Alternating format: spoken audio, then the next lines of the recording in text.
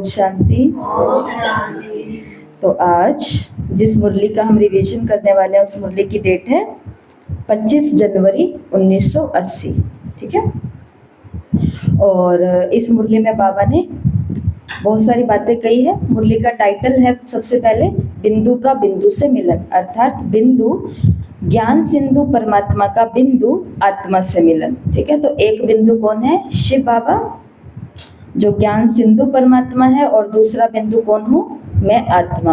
तो बिंदु का किससे मिलन है? बिंदु से। तो बाबा ने 2 बिंदु तो टाइटल में बताए, पर 3 बिंदु बताए हैं। तो सबसे फर्स्ट पॉइंट 3B, 3 बिंदु। पहला है बिंदु बनना है, बिंदु बन करके शिव बाबा को याद करना है, और बीती हुई सब कुछ सभी बातों पर क्या लगाना है? बिंदु लगाना है। यहाँ से मुरली की शुरुआत होती है। तो आज बाबा किन बच्चों से मिलने के लिए आए हैं? ऐसा बाबा ने कुछ भी नहीं बोला है। बाबा ने सीधा बोला है कि मुरलियाँ बहुत सुन ली। आज बाप दादा मिलने के लिए आए हैं, मुरलियाँ तो बहुत सुन ली, और सर्व मुरलियों का सार एक ही शब्द है, और वो एक शब्द है बिंदु। ठीक है। इसलिए बाबा ने कहा आज मुरली नहीं, आज बच्चों से बाबा केवल मिलने आए हैं।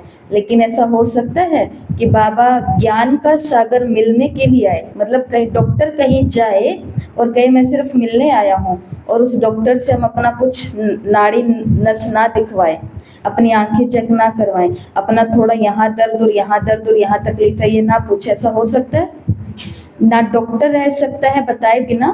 हम कुछ डॉक्टर साहब के साथ हम भी बैठ करके कुछ खाना खा रहे हैं, उनको कुछ पानी दिया है, उनको कुछ ड्राई फ्रूट्स दिया, कुछ भी, तो वो उसके अंदर भी वो बताएंगे देखो ये खाने से तभी आपका बीपी ज़्यादा रहता है, आप इसको थोड़ा कम करो तो ये होगा। तो वो अपने स्वभाव के अधीन है।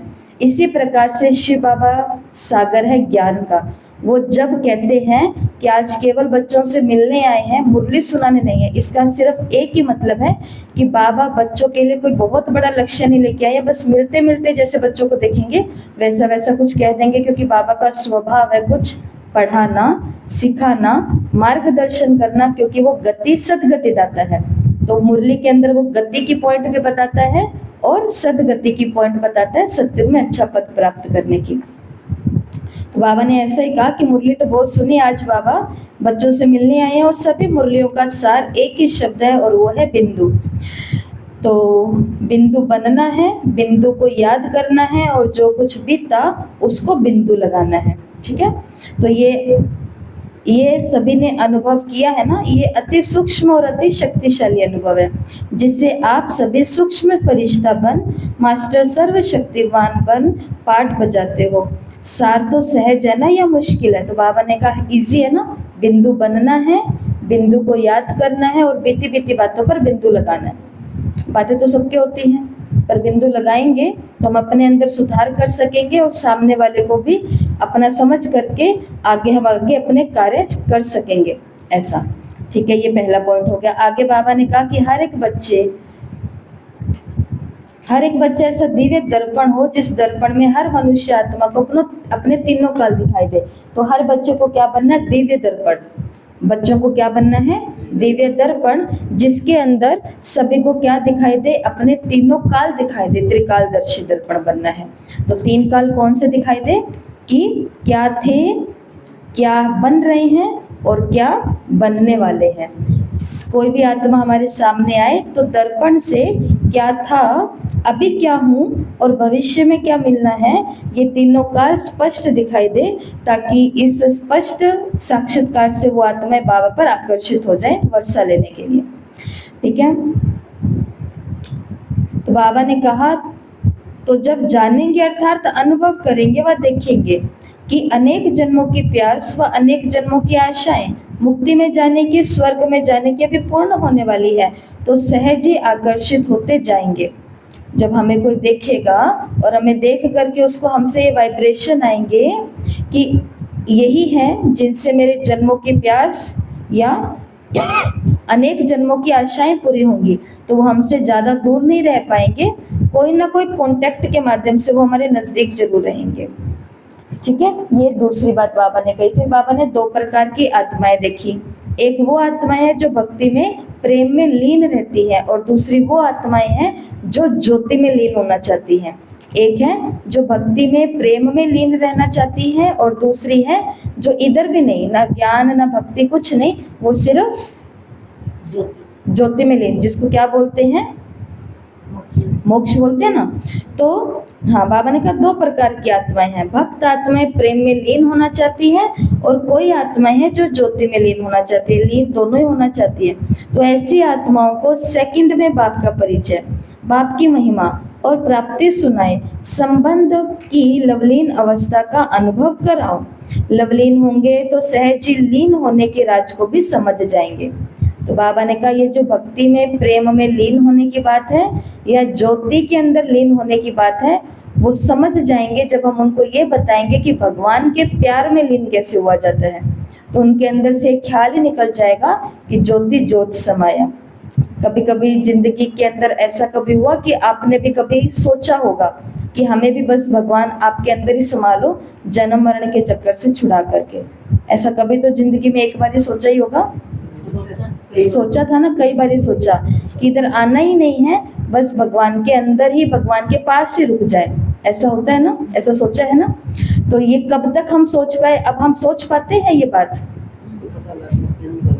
अब तो अब नॉलेज आ गई है कि जन्म तो लेना पड़ेगा, और दूसरी ये नॉलेज आ गई है कि उस ज्योति के अंदर समाने से क्या होगा। असली समाने की जो बात निकल कर के आई यादगार के रूप में, वो बात संगम युग में लव लीन होने की है। और ये शब्द जैसे सचिन भाई जी ने बताया भट्टियों के अंदर कि ये जो लवलीन शब्द है, ये लवलीन शब्द है, ये इस संसार की डिक्शनरी का है ही नहीं, क्योंकि लव इंग्लिश का शब्द है, प्यार जिसे बोलते हैं, लीन हिंदी का शब्द है जिसका मतलब है समा जाना। अब ये बाबा ने बताया है दोनों को जोड़ करके कि तुम क्या रहो, लवलीन रहो, कि बाबा के लव में ये भगवान की डिक्शनरी है, तो उसकी डिक्शनरी के साथ किसी का कोई मैच नहीं हो सकता है। इसलिए आज की साकार मुरली में बाबा जो हमने लास्ट में वो पॉइंट सुने हैं सेवा का, तो उसके अंदर ये पॉइंट भी आपको सुनाया ना कि बाबा की भाषा को यूज करना हम सीखें सेवा करते समय, तो उससे भी आत्माओं पर अलग प्रभाव पड़ता है, क्योंकि ये शब्द कोई कॉपी कर ही नहीं सकता, क्योंकि ये शब्द बिना इस ज्ञान के और कहीं पर है ही नहीं। तो बाबा ने कहा यहाँ पर बाबा ने हमें क्या काम दिया है कि पहले तो इन दोनों प्रकार की आत्माओं को पहचानो। इन दो तक तो पहुंचना ही पहुंचना है। एक वो जो भक्ति के अंदर प्रेम में लीन होना चाहती है, क्योंकि वो आत्माएं भगवान को जानना चाहेंगी, और दूसरा वो आत्माएं जो ज्योति में लीन होना चाहती हैं, इनके पास पहुंच करके इनके आगे दर्पण बन करके खड़ा हो जाना है, जिसके अंदर परमात्मा की महिमा, परमात्मा की पहचान या परिचय और परमात्मा से होने वाली प्राप्तियों के बारे में इन्हें बताना है। तो ये आत्माएं लवलीन हो जाएंगी, तो इनको पता चलेगा कि हम कौन से लीन होने की बात कर रहे थे। आया समझ में? तो कौन कौन से पॉइंट बाबा ने, अभी देखो धारणा के सारे पॉइंट जो मैं करने इसलिए यहाँ पर लिखे हुए हैं। तो पहला 3B, 3 बिंदु याद रखने हैं। मैं बिंदु को याद करना है और बीती सब बातों पर बिंदु लगाना है। बाबा ने कहा सहज है या मुश्किल है, तो ये करना है। दूसरी पॉइंट क्या है, दिव्य दर्पण बनना है, जिस दर्पण में हर आत्मा अपने 3 कालों को देख ले कि मैं क्या थी, क्या बन रही हूँ और मेरा भविष्य कैसा होने वाला है। मतलब हमारे साथ खड़े होकर के वो ये देख ले कि इनसे मिलने से पहले मैं क्या थी, और इनके साथ रहते रहते देखो मैं क्या बन रही हूँ, और अगर ऐसी रही तो भविष्य मेरा बहुत उज्जवल है, मैं ये बन सकती हूँ। ऐसे लोग होते हैं ना, तो बाबा ने कहा ऐसा ही दर्पण हमें अपने आप को बनाना है। ठीक है। और तीसरी पॉइंट कौन सी सुनी है जो हमें धारण करनी है इस मुरली से?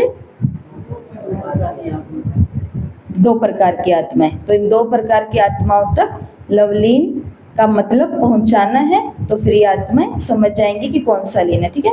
तो बाबा ने कहा वर्तमान समय लवलीन का अनुभव कराओ, भविष्य लीन का रास्ता बताओ, तो सहज ही प्रजा बनाने का कार्य हो जाएगा।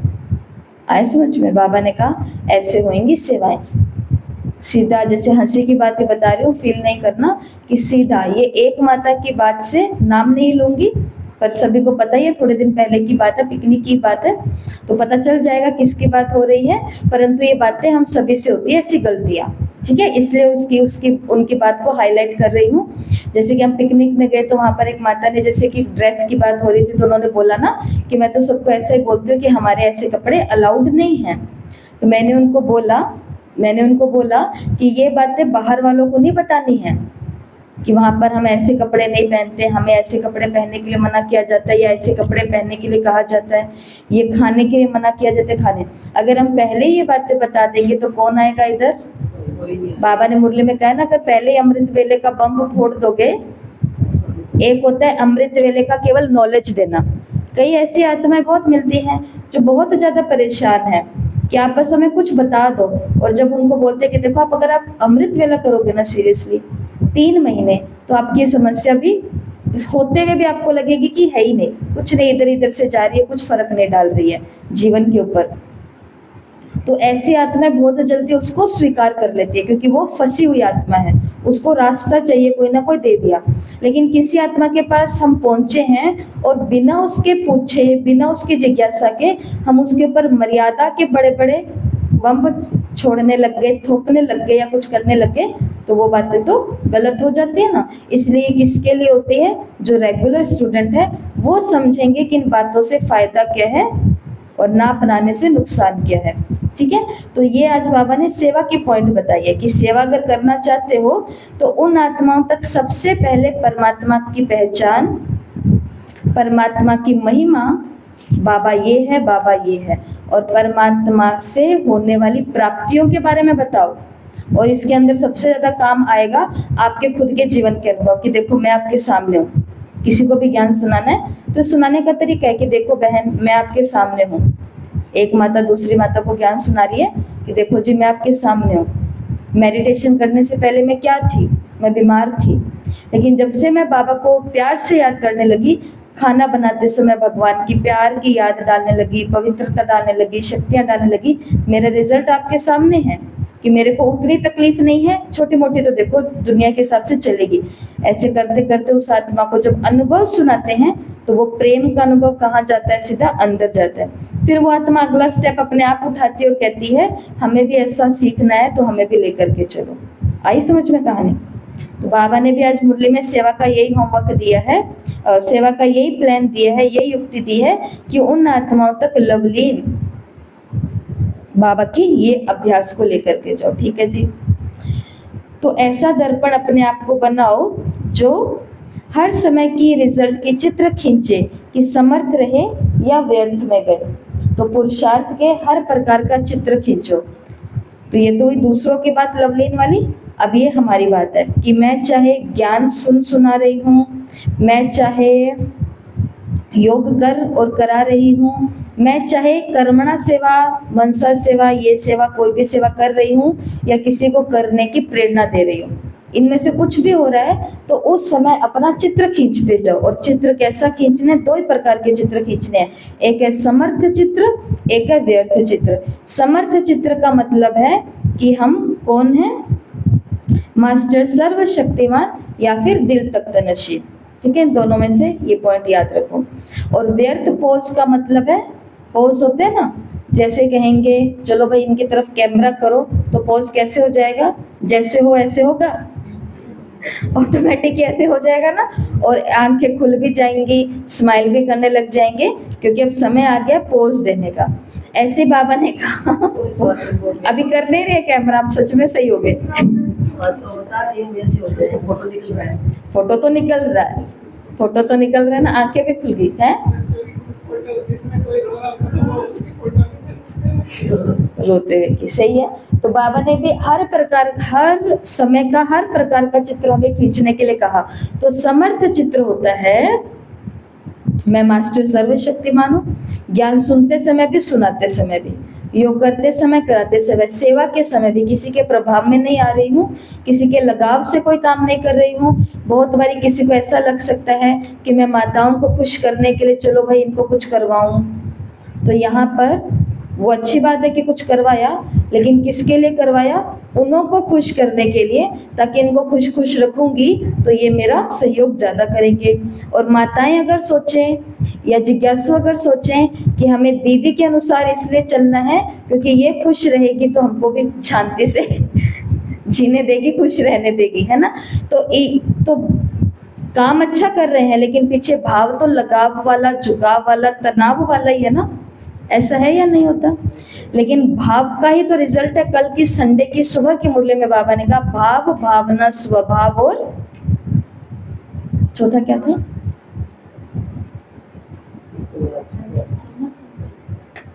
भाव, जिसमें था वाणी। भाव था कौन सा भाव? निर्माण भाव। दूसरा कौन सा भावना थी?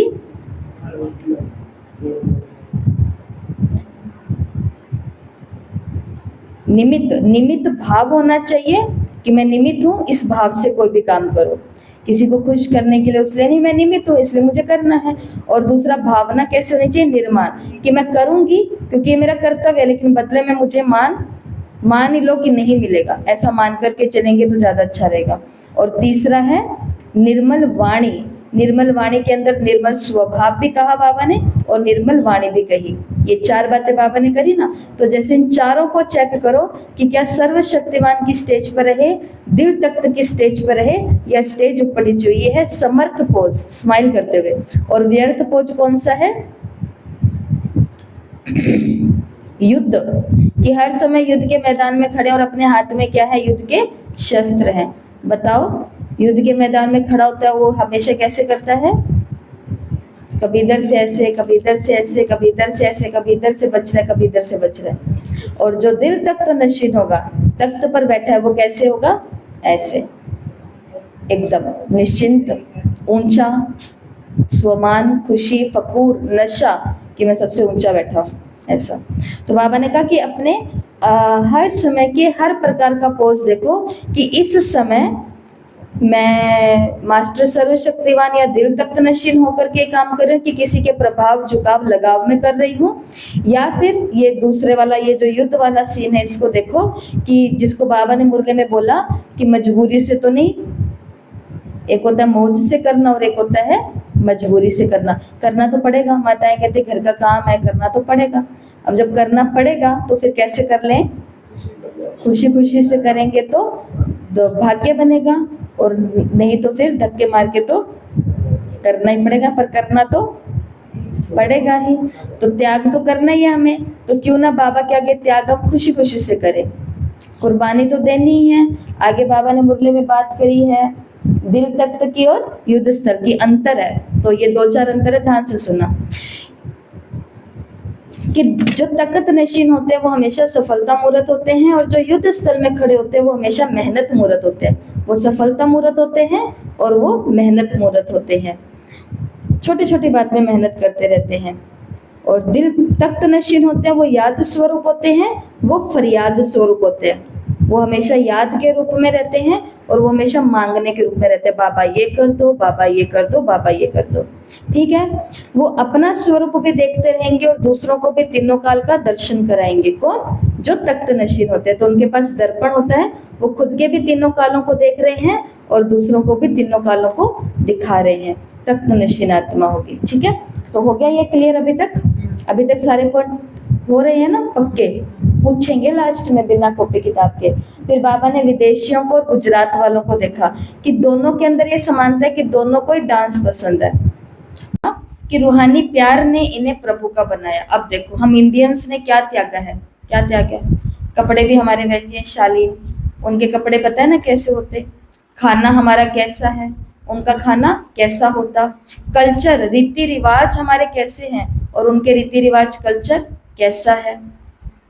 और हमारी बुद्धि फिर भी पाप से और इन सब चीज़ों से किसी हद तक तो डरती होगी, कुछ करती होगी, लेकिन उनके तो धर्म में ऐसी चीज़ें दिखाई है, परंतु इतना नहीं, वो प्रैक्टिकली लाइफ में ज़्यादा रहते हैं। तो बाबा ने कहा भाषा, धर्म, जाति, रंग, रूप, वस्त्र, भोजन, हर एक चीज़ जो है उन सभी को इन्होंने पार कर लिया, सिर्फ किसके पीछे? परमात्मा प्यार के पीछे। तो वो परमात्मा से मिला या अपने परिवार से मिला, इस ब्राह्मण परिवार से, तो उस प्यार के पीछे इन्हों को, इस प्यार ने इन्हों को बाबा का बनाया। तो एक है बाप का प्यार और दूसरा परिवार का प्यार। ठीक है, तो यहाँ पर तो पर प्यार विदेशियों के लिए चुंबक का काम करता है। फिर ये सुनने के लिए और मरने के लिए भी तैयार हो जाते हैं कि प्यार के पीछे चाहे हमें कितना ही सुना लो और चाहे हमें मार ही दो, लेकिन ये दर कभी नहीं छोड़ेंगे ऐसा। तो वो प्यार में ताकत होती है। ठीक है जी। फिर आगे संगम युग पर जो मरा वो सीधा कहाँ गया? बाबा ने कहा मरना पसंद है? मरना पसंद है ना, क्योंकि ये मरना स्वर्ग में जाना है। मरना कैसा? मर जीवा, वो सांसारिक इच्छाएं, तृष्णाएं, कामनाएं वो सारी मर जाए। अगर जो बची हुई भी है इच्छाएं वो भी शुद्ध इच्छाएं होनी चाहिए, बाबा के घर के लिए, आत्माओं के कल्याण के लिए, सद्मार्ग के लिए या खुद की उन्नति के लिए। अपनी उन्नति के लिए तो इच्छा रखनी है ना, कि मेरे पेपर में पिछली बारी 25 नंबर आए, इस बारी मेरी इच्छा है कि 30 लेकर के आऊंगी, 40 लेकर के आऊंगी, 50। और कोई कहे इच्छा तो रखनी नहीं है, इच्छा मात्रम अविद्या बनो, वो ऐसा नहीं होता है। जो इच्छा हमें ऊंचा लेकर के जाए वो तो रखनी है। जैसे कल हमने वो गीत भेजा था 1950 से लेकर के अभी तक की आबू की जो यात्रा का गीत बना हुआ है, ग्रुप के अंदर भी भेजा था, तो आप सभी ने सुना हुआ है। पर उस गीत के अंदर क्या दिखाते हैं कि 1950 में जब दीदी मनमोहिनी आए इधर, बाबा ने भेजा गुजरात में, तो स्वामी जी के पास गए, और वहां गए तो उन्होंने सिद्धानंद स्वामी जी को भेजा कि जाओ आबू पर और इनको अलग अलग घर दिखाओ। तो जैसे जो घर पसंद आया, भरतपुर के राजा का बंगला, तो दीदी ने सबसे पहले कॉल किसको किया? ब्रह्मा बाबा को। और कॉल पर बता रहे हैं कि बाबा जो आपने कहा था कि पहाड़ों में जाकर के हम तपस्या करेंगे और राजा के महल में जाकर के हम रहेंगे, तो बाबा सच में यहाँ पर अरावली की पहाड़ियां हैं, यहाँ पर पहाड़ ही पहाड़ हैं। और जो घर हमको पसंद आया, जिस घर में एक साथ 300-400 लोग इकट्ठे रह सकते हैं, क्योंकि बाबा की कंडीशन थी कि सब एक साथ रहेंगे, तो एक छत के नीचे रहेंगे। तो दीदी ने कहा कि बाबा ऐसा घर मिल गया है जहाँ पर सब एक साथ रहेंगे, और दूसरा जो पहाड़ों में है, और तीसरा जो सच में भरतपुर के राजा का ही महल था। मतलब जो ये होते हैं ना छुट्टियां मनाने के लिए जाते हैं, दूसरी हवेली होती है ना, क्या बोलते हैं इनको? फार्म हाउस, जिनको आजकल फार्म हाउस बोलते हैं, जो दूर होते हैं, उनका खुद का गढ़ किला तो अलग होता है जहाँ पर वो शासन करते हैं, लेकिन ये थोड़ा दूर होता है जहाँ पर ये जा करके वहां पर गर्मी के मौसम में बहुत राहत मिलती है ना, इसलिए वहां उनके सबके अलग अलग राजाओं के बने हुए थे। लेकिन इंडिया पाकिस्तान के अलग होने के बाद वो सब गवर्नमेंट के हाथ में आ गए, तो फिर ये 500 रुपए किराया में, 500 रुपया किराया था उस जमाने के, 500 रुपए किराए के अंदर हाँ इसको लिया गया। उस दिन देखा ना हेयर कटिंग का 150 रुपया 1 लाख के बराबर आया। हाँ, तो 500 रुपया कितना 5 लाख के बराबर हो गया ना। उस दिन देखा ना कि हेयर कटिंग के लिए बाबा ने कहा कि कितना रुपया खर्च करते, तो हमने निकाला ना कि आज की हेयर कटिंग के मानो बाबा ने 150 रुपये उस जमाने के बोले हैं, तो 2025 के वो कितने रुपए होंगे कराची के, तो वो इतने सारे रुपए निकल करके आए। कितने निकल के आए थे? के आसपास 98,000 के आसपास निकल करके आए थे।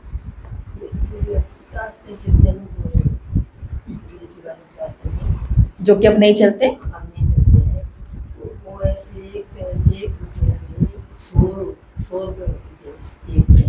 हाँ, तो वो तो अलग था ना, उस समय जनसंख्या इतनी नहीं थी, उस समय बेईमानी इतनी नहीं थी, उस समय बहुत कुछ नहीं था। अब पॉपुलेशन इतनी बढ़ेगी तो हर चीज की डिमांड बढ़ेगी। अब डिमांड बढ़ रही है लेकिन सप्लाई पूरी नहीं हो रही है, तो कहीं से तो कुछ बढ़ाएंगे करेंगे ना, तो फिर वो टैक्स और ये सब चीजें हो रही हैं। इसलिए बाबा ने हर एक चीज का तोड़ क्या दिया है? पवित्र बनो, योगी बनो। समाधान यही है, इसके अलावा समाधान ही नहीं है। तो बाबा ने कहा मरना पसंद है, मरना पसंद है। तो बाबा ने कहा ये मरना अर्थात स्वर्ग में जाना, इसलिए मरने वाले के लिए कहा जाता है कि ये स्वर्ग गया। तो वो मरने वाले नहीं जाते हैं, लेकिन संगम युग पर जो मरा वो स्वर्ग गया। इसकी कॉपी करके जो देह से मरते हैं उसके लिए फिर अखबार में डाल देते हैं फलाना स्वर्ग में गया। फिर से बाबा ने पूछा मरना पसंद है? अपनी मर्जी से मरे हो या मजबूरी से मरे हो? जैसे दादी प्रकाश मणि का आपको शायद कभी सुनाया हुआ है, तो दादी के साथ सामने कन्याएं बैठी थी, तो कन्याओं की कुमारियों की भट्टी थी, तो जैसे कभी कभी बोल देते हैं ना कि भाई फंस ही गए हम, तो कहाँ करके फंस गए। ब्राह्मण, ब्रह्मा बाबा अपने लिए बोलते हैं कि चलता ब्राह्मण फंस गया। तो ऐसे किसी किसी को इस बीके लाइफ के अंदर कुमारियों को, कुमारों को ऐसा ही लगता है कि अब रास्ता ना इधर का है ना इधर का है, फंस ही गए हैं। तो दादी ने इतनी सुंदर बात कही सभी कुमारियों को कि फंसी हो अर्थात फांसी पर लटके हो। फंसना मतलब फांसी पर लटक जाना। अब ना इधर रास्ता अब ना उधर, अब तो बस लटक ही गए हैं। तो दादी ने कहा कि अगर फांसी डाली है, फंसी हो, तो अपनी मर्जी से ही फंसी हो कि किसी ने फंसाया है। तो फिर वहां उत्तर क्या निकल करके आता है? चॉइस तो अपनी है। रोज हम आ रहे हैं, ये किसकी चॉइस है? हमारी चॉइस है। तो जब आ रोज हम रहे हैं तो मरना भी रोज पड़ेगा कि नहीं पड़ेगा? हम सोचें कि इस मार्ग पर आए भी, परंतु जैसे आए वैसे के वैसे वहीं पर पहुंच जाए, ऐसा नहीं हो सकता। परिवर्तन तो होगा। एक बुरे ग्रुप के अंदर जाकर के बैठ जाओ, परिवर्तन होगा या नहीं होगा? वहां अच्छाई मरेगी या नहीं मरेगी? मरेगी। तो फिर जब हम ऐसे संगठनों में आते हैं तो ऐसा फंसना, मजबूरियां अनुभव हो सकती है, लेकिन फिर भी बाबा याद कराते हैं कि मरे हो तो अपनी मर्जी से मरे हो या मजबूरी से मरे हो? किसी ने हमको कहा आओ मरने के लिए यहाँ पर, अपनी मर्जी से मरे हैं। हाँ, मर गए तो वो भटकते नहीं है, सही है। वो अब जहाँ हो गए वो वहीं के हो गए। राइट बात है, वैसे बात तो सही है, बहुत अच्छा पॉइंट है। तो अपनी मर्जी से मरे हो ना, मजबूरी से नहीं। तो ये सारी सभा मर जीवा वालों की है ना।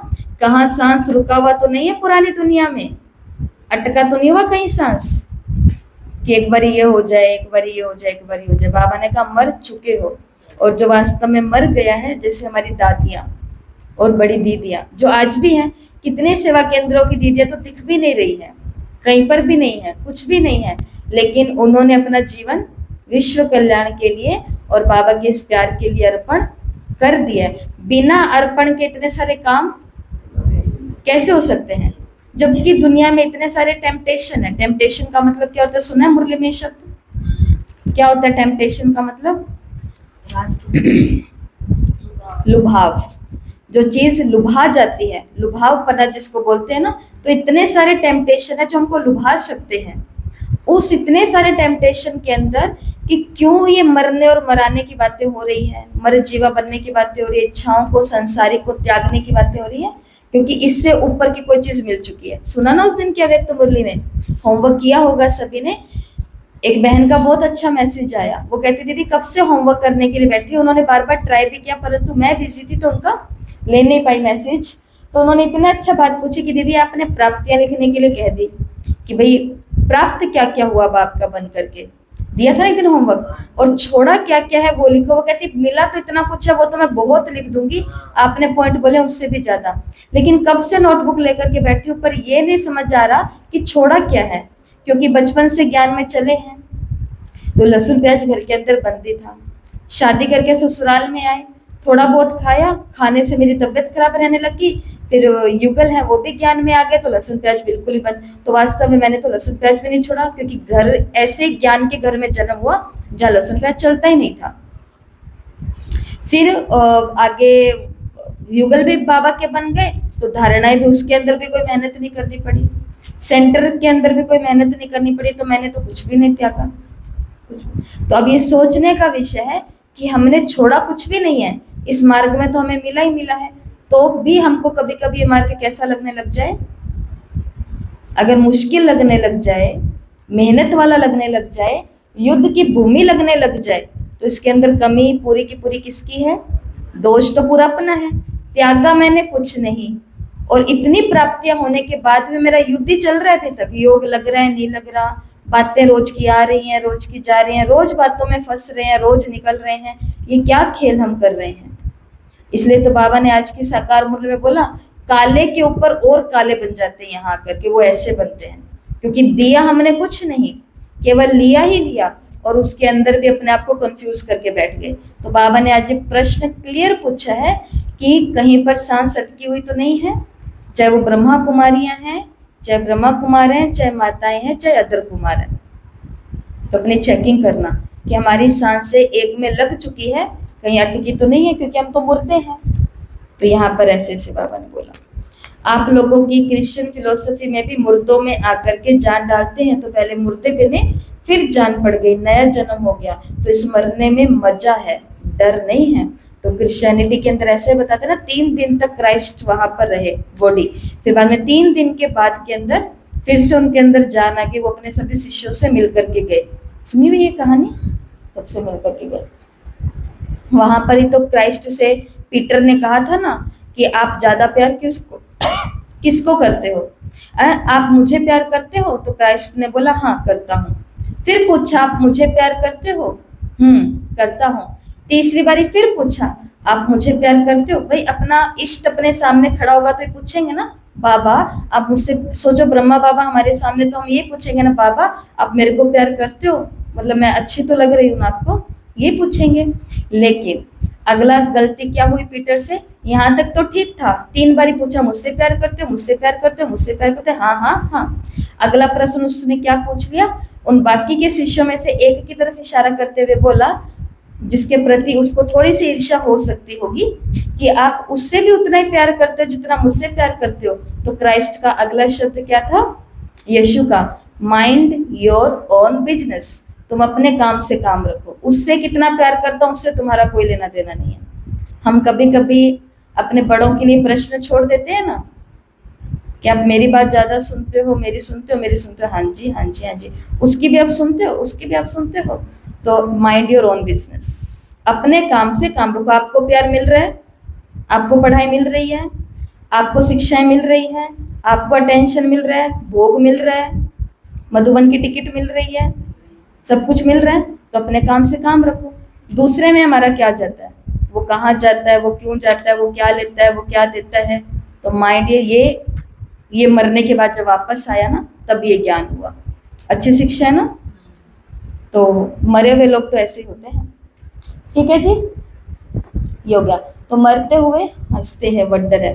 तो बाबा ने कहा कहीं सांस रुका हुआ तो नहीं है ना पुरानी दुनिया में, यही वंडर है जो मरते हुए भी हंसते हैं। मरे हुए हैं लेकिन फिर भी हम सभी मुस्कुरा रहे हैं, कमाल है, मरने की बात पर मुस्कुरा रहे हैं, वो भी सुबह सुबह।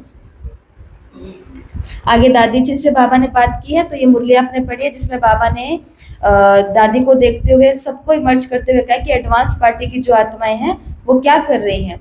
तो वो नीचे स्थूल शरीर के द्वारा तो अपना एडवांस का कार्य कर ही रही है, और कैसे कर रही है, जोर शोर से कर रही है। बाबा ने कहा मुरली के अंदर लास्ट पन्ने में है, डबल सेवा का पाठ चल रहा है। अनन्य बच्चों के संगठन के द्वारा भक्तों को, वैज्ञानिकों को, दोनों को टचिंग करने की सेवा चल रही है। तो आप लोग कितने भी बिजी हो, बाप तो अपना कार्य आपसे करा ही लेता है। अब तो ऐसे ऐसे करके बाबा ने मुरली में एडवांस पार्टी तो शरीर परिवर्तन कर सेवा कर रही हैं, साकारी और आकारी दोनों पार्ट के द्वारा कर रही हैं। सुनाया ना, जोर शोर से प्लान बना रहे हैं। तो ये क्या कर रहे हैं, नीचे भी कर रहे हैं, और वैज्ञानिकों और भक्तों को टचिंग करके भी ये आत्माएं कर रही हैं सेवा। और अब बाबा ने आगे बोला, जैसे शरीर का ऑक्यूपेशन सदा याद रहता है, शरीर का ऑक्यूपेशन सदा याद रहता है, ऐसे आत्मा का भी ऑक्यूपेशन याद रहना चाहिए। तो आत्मा का पेशा क्या है, आत्मा का ऑक्यूपेशन क्या होना चाहिए। बाबा ने मुरली में बोला, बाप का अमूल्य रत्न बनना है, ये मेरा ऑक्यूपेशन है, बनना है और औरों को भी बनाना है। तो इस भाग्य को भूल कैसे सकते हो, सभी सेवा में सहयोग देते हैं तो ऑलराउंडर सेवाधारी। और दूसरी बात बाबा ने कही, माया से अनजान रहते हो, जैसे देवताएं माया शब्द से ही अनजान है, ऐसे बाबा ने कहा आपको माया के विषय में पता है, लेकिन माया के विषय में जानकारी होते हुए भी माया के वार से अनजान रहो। ऐसी अपनी शक्तिशाली अवस्था हो, ऐसे आप माया को जानते हुए माया के वार से अनजान रहो। माया को ऐसे समाप्त कर दो जो नामो निशान भी खत्म हो जाए। माया कभी मेहमान तो नहीं बनती, दरवाजा बंद है ना।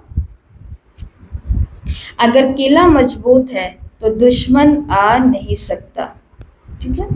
और ये माया और इन सब के आने की उत्पत्ति है मोह, और मोह की उत्पत्ति है मेरा।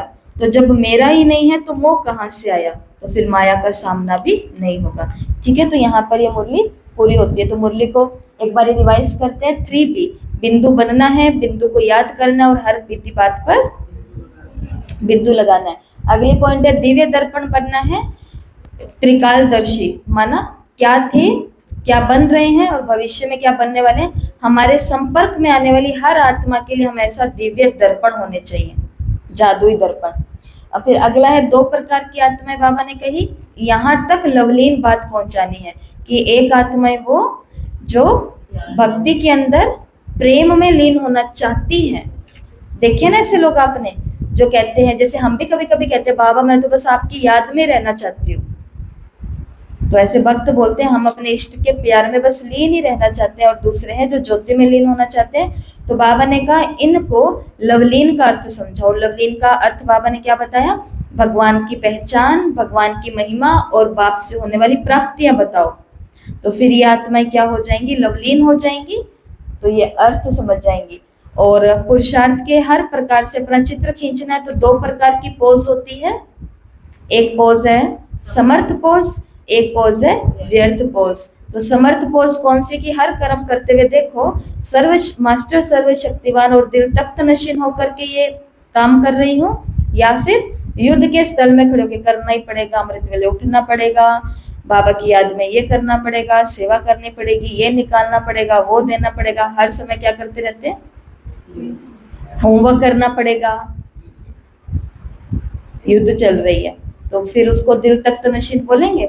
और बाबा ने दोनों के अंदर क्या अंतर बताया कि जो दिल तख्त पर है वो सदा सफलता मूर्त है और ये सदा मेहनत मूर्त है, ये हर काम में मेहनत करते हैं। और दिल तख्त नशीन है वो सदा, हाँ ये तो हो गया। और अगला क्या है, ये सफलता मूर्त है और ये मेहनत मूर्त है। और जो दिल तख्त नशीन है ये याद स्वरूप है और ये फरियाद स्वरूप है। ठीक है। और एक और है जो सिर्फ दिल तख्त के बारे में बाबा ने कहा है कि ये आत्माएं हैं, ये अपने तीनों कालों का करती भी है दर्शन और कराती भी है, दिखाती भी है।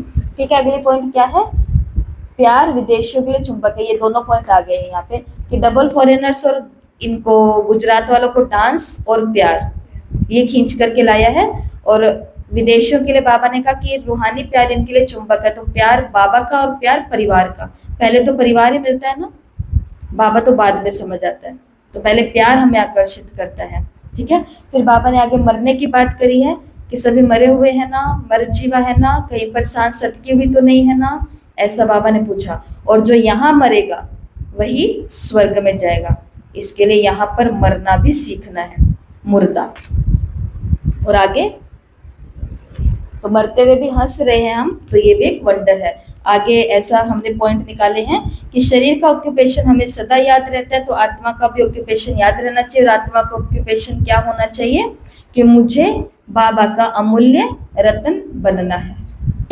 और माया से अनजान बनो कि माया आ रही है, वार कर रही है, लेकिन हम उससे अनजान है। और माया कैसे आती है, मेरा मोह से आती है। तो बाबा ने कहा किले के सारे दरवाजे बंद कर दो तो माया मोह मेरा पर नहीं आएगा। मुरली यहाँ पे कंप्लीट होती है। हो गई याद मुरली। अब इस मुरली से 2 होमवर्क है। पहला होमवर्क है युद्ध स्थल वाले और दिल तख्त नशीन वाले के बीच में क्या अंतर है। कि एक आत्मा, अब अपने दोनों रूप को देखना, अमृत वेले देखो कि जब मैं युद्ध के मैदान में हूँ तो मैं कैसी हूँ, और जब मैं तख्त नशीन हूँ तो मैं कैसी हूँ। तो तख्त नशीन वाला और युद्ध भूमि वाले के अंदर अंतर क्या होता है, जैसे थोड़ा सा चिंतन करते हैं क्या अंतर होगा।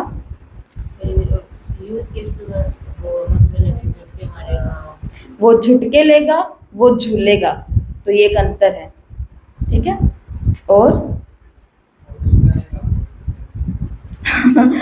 ये भी बात सही है कि वो मुस्कुराएगा कि होमवर्क मिला है, कि अच्छा चिंतन का होमवर्क मिला है, वो मुस्कुराएगा। और दूसरा क्या आ जाएगा, टेंशन में, कि आज फिर ये सोचने वाला काम दे दिया, कुछ बनाने वाला काम देते ना तो वो आराम से हो जाता।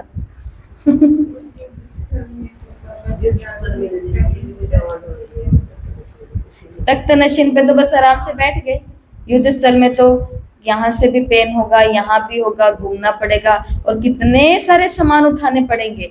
सब कुछ उठा लिया और वो कवच पहनना भूल गए। खेल खत्म, जाते ही गए थे 100 नंबर बनाने के लिए, 100 जनों को मारने के लिए, और पता चला जाते गए अल्लाह मैं तो मेरा ही भूल ही गई, इतने में वार आया और अंदर चाकू गया।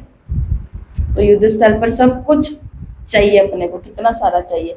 तो ऐसे आप निकालोगे, 10 से पॉइंट निकालने, ज्यादा चर्चा करेंगे तो यही हो जाएगा। तो ये करना है, करेंगे सभी होमवर्क। अगला होमवर्क है लौकिक मरना और अलौकिक मरने में क्या अंतर है, ये भी 10 पॉइंट लिखने हैं। लौकिक में जो मरते हैं, जैसे एक अंतर तो बाबा ने बता दिया कि उधर जो मर जाता है वो कभी हंसता है, बांध दिया जाता है उसका तो सब कुछ, सब हो गया, जैसा था वैसा का वैसा अटक गया, है ना। और थोड़ी देर अगर ज्यादा रख लिया जाए तो क्या हाल होता है, फूलना, बदबू, काला पड़ जाना, बहुत शरीर कुछ भारी हो जाता है, भारी हो जाता है। अलौकिक वालों का शरीर हल्का होता है। हाँ, ये जो मरेंगे तो ये मरने के बाद मुस्कुराएंगे, हंसते नहीं है, और ये मरने के बाद भी हंसते हैं। हंसते रहते हैं। और ये मरने के बाद भारी हो जाते हैं, 4 लोग चाहिए इनको उठाने के लिए। और ये मरने के बाद इतने हल्के हो जाते हैं कि ये कईयों को उड़ा करके ले जाते हैं अपने साथ में, उड़ते हैं और उड़ाते हैं। ठीक है, तो ऐसे अंतर निकाल लोगे 10, मजा आएगा ये काम करने में। वो मरने के बाद उनकी सारी जायदाद पीछे वाले ले लेते हैं, ये मरेंगे तो 21 जन्मों की जायदाद इकट्ठी करेंगे। बहुत अच्छी पॉइंट है।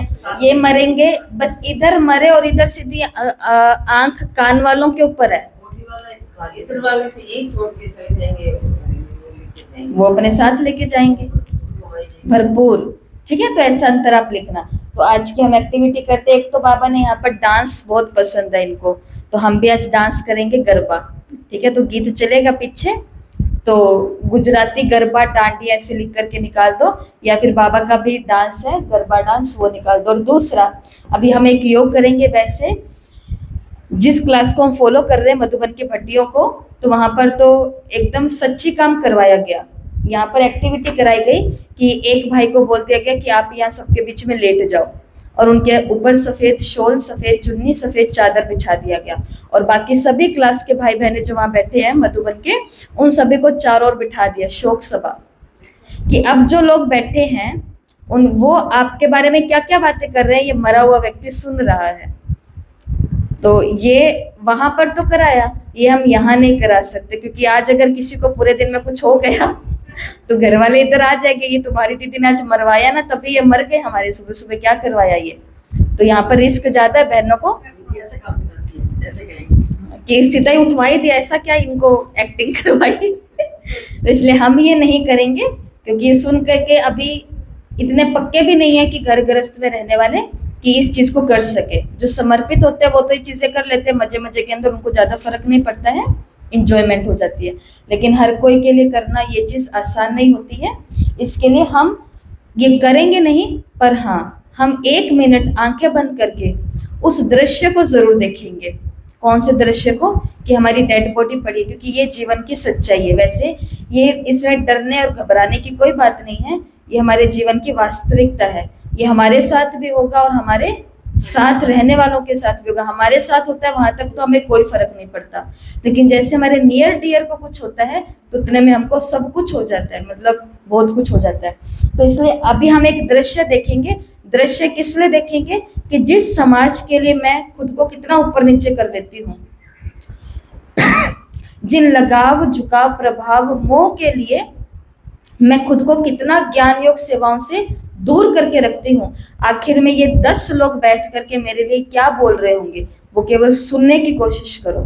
ठीक है, डेड बॉडी पड़ी है और हमारे घर वाले सभी बैठे हैं, पड़ोसी भी बैठे हैं, रिश्तेदार भी दूर दूर से आए हैं, और देखो ये मेरे बारे में कैसी बातें कर रहे हैं, सच्चाई से देखो। आंखें बंद,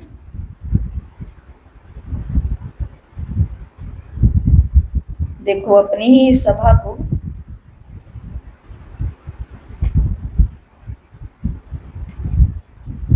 सब लोग मेरे चारों तरफ बैठे हुए हैं, नीचे जमीन पर, और अपने पार्थिव शरीर को देखो। अब सुनने की कोशिश करो। सबको लग रहा है कि ये मर गए, लेकिन मेरी चेतना सबकी आवाज को अभी भी सुन रही है कि लोग मेरे बारे में क्या क्या बातें कर रहे हैं।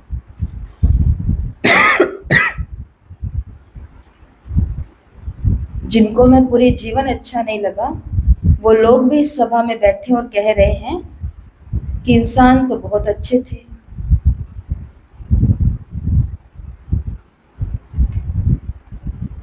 कुछ हैं जिनके पास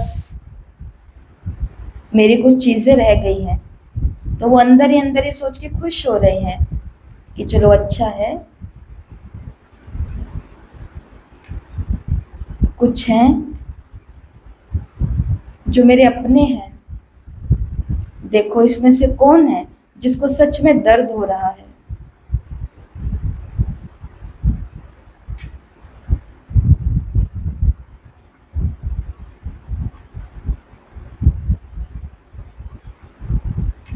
कौन सा काम रुक गया, कौन सी व्यवस्था हिल गई।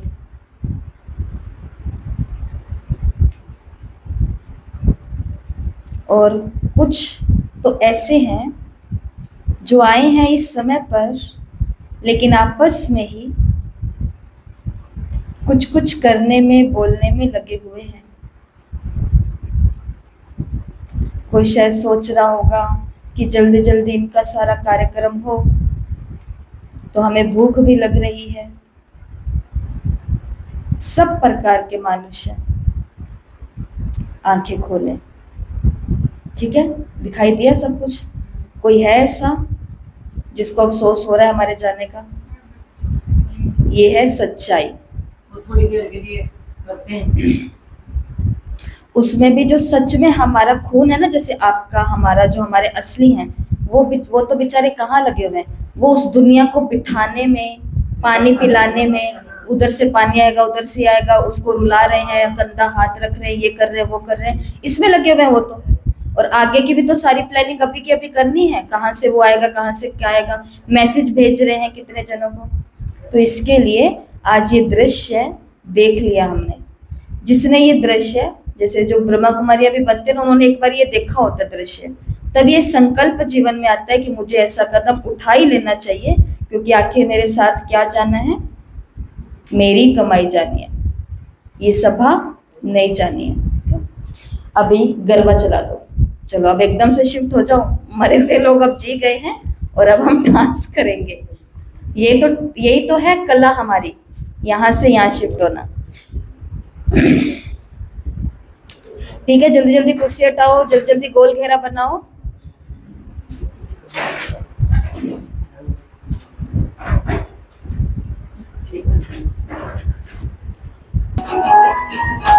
बाबा बीच में है, एक साथ रास का नहीं करो, एक साथ।